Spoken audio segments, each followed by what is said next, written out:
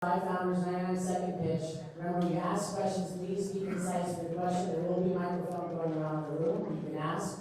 If you're a loud talker, you can also just talk really loud, but please wait to be pointed to. Here we go. This is going to be our order. You've seen the logos already rotate throughout the evening. I will put this back on the slide afterwards when we vote. This is going to be our QR code. But just so you know how it works, you're going to have your cell phones out to do your vote. All right. First up. Yeah. You have that here, right? Yes. You said 99 seconds. 99 seconds. Real 99 is 99 seconds. You want 90 seconds? Sorry?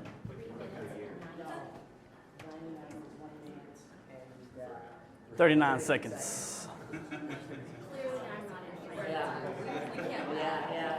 Yeah. 1 minute, what?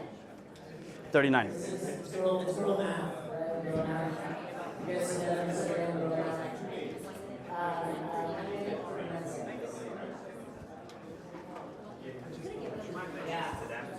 Yeah. Word from the cameraman is you have to point the clicker at the computer. The guy back here. Yeah, so when you're clicking, message relayed. Yeah, give. Just not that way. Yeah, just not that way. All right. First up is Stadium and Stampede. Thank you. Is this the... Use that forward and backwards. All right, before we get started, don't click the time yet. Unless it's already going. Is it already going? Shoot. Well, in that case, can I get a big old howdy from everyone? Ready? 1, 2, 3. Howdy! One more time. That wasn't big enough. One more time. Howdy! All right, howdy. I'm Gideon, and I'm building Stampede. It's a trusted, verified, insured horse care on demand for horse people. I'm already 20 seconds in, and that was not part of the plan. So let's do a quick intro on the problem. Effectively, there's 1.3 million American households with horses in their backyard. This isn't horses at Del Mar. This isn't horses at Galway Downs. This is horses in their backyard. One of the biggest problems with folks that have horses in their backyard is freedom and time, right? You have to take care of a horse. It's not like a dog. A dog, you can have anyone here could probably watch a dog. I bet few folks in here could probably watch a horse.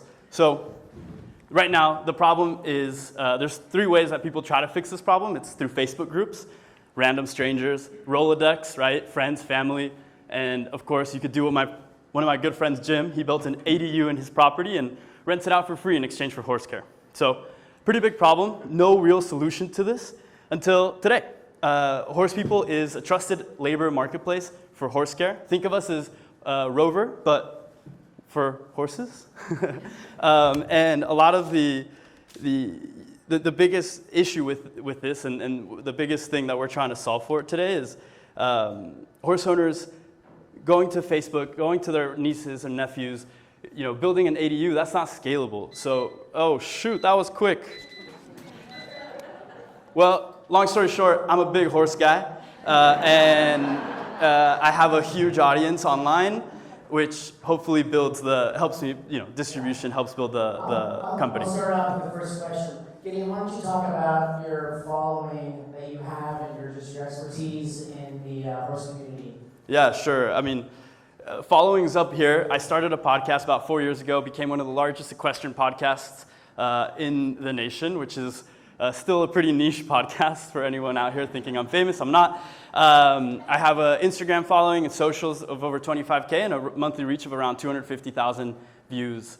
So with all that, there's the story I'm telling and the thing that I'm building on the media side is I'm attempting, and this is true, I'm attempting every discipline in the world and telling the stories behind it. And that really resonates for folks because horses and horse people stay in their lane generally, or at least that's the thought, right? If you're a barrel racer, you've never show jumped. If you're a show jumper, you've never barrel raced. And so I'm trying to bridge that gap with the media side of things, and that's bringing a lot of people along. And I've done a bunch of other pretty cool horse stuff around the last few years. Cool. Jamar. Yeah, I'll just ask it out loud. How do you Perfect. scale? Like, what's your business model? Is this like a Uber horse city? Yeah, Rover for horses, right? It's a marketplace where you take a little bit of commission on both sides of the connection, right? So horse owner will pay someone to horse sit, right? And then the supply side is people like me. Matter of fact, this problem started because I'm getting married in October. Hold your applause. and I, was looking for making a little extra side money, right? And I wasn't gonna Uber or DoorDash. No problem with that. It's just not my thing. But I couldn't find I was like, I have skills. It's just not DoorDash or Uber. Like, where are the horse people that need help? And I know there's out there because I'm with them every day. And so that's kind of how the problem started. And the scale is really just the marketplace, right? The connection. Can you walk us through the specifics of betting and insurance? What's your risk and what does that look like? Yeah, great question, Blake. Tough question too. The reality is the recruitment is going to be the hardest part. The verification is also going to be the hardest part.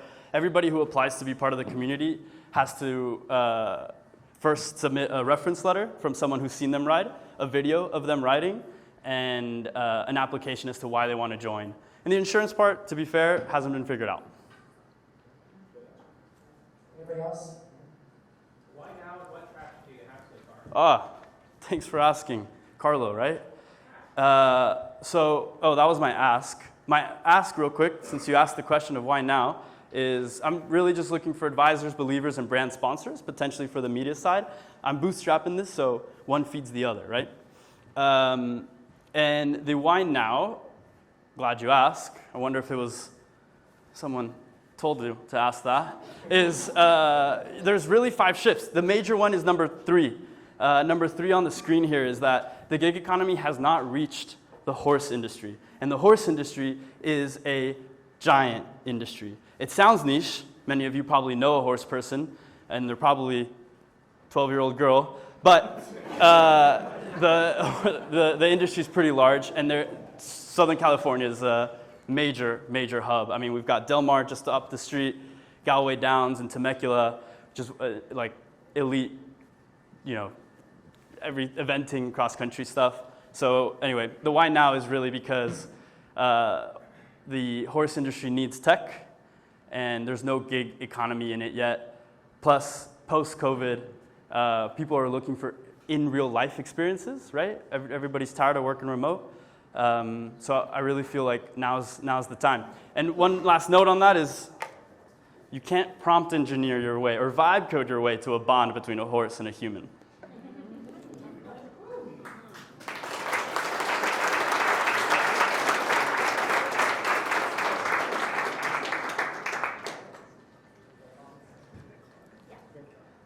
Sweet.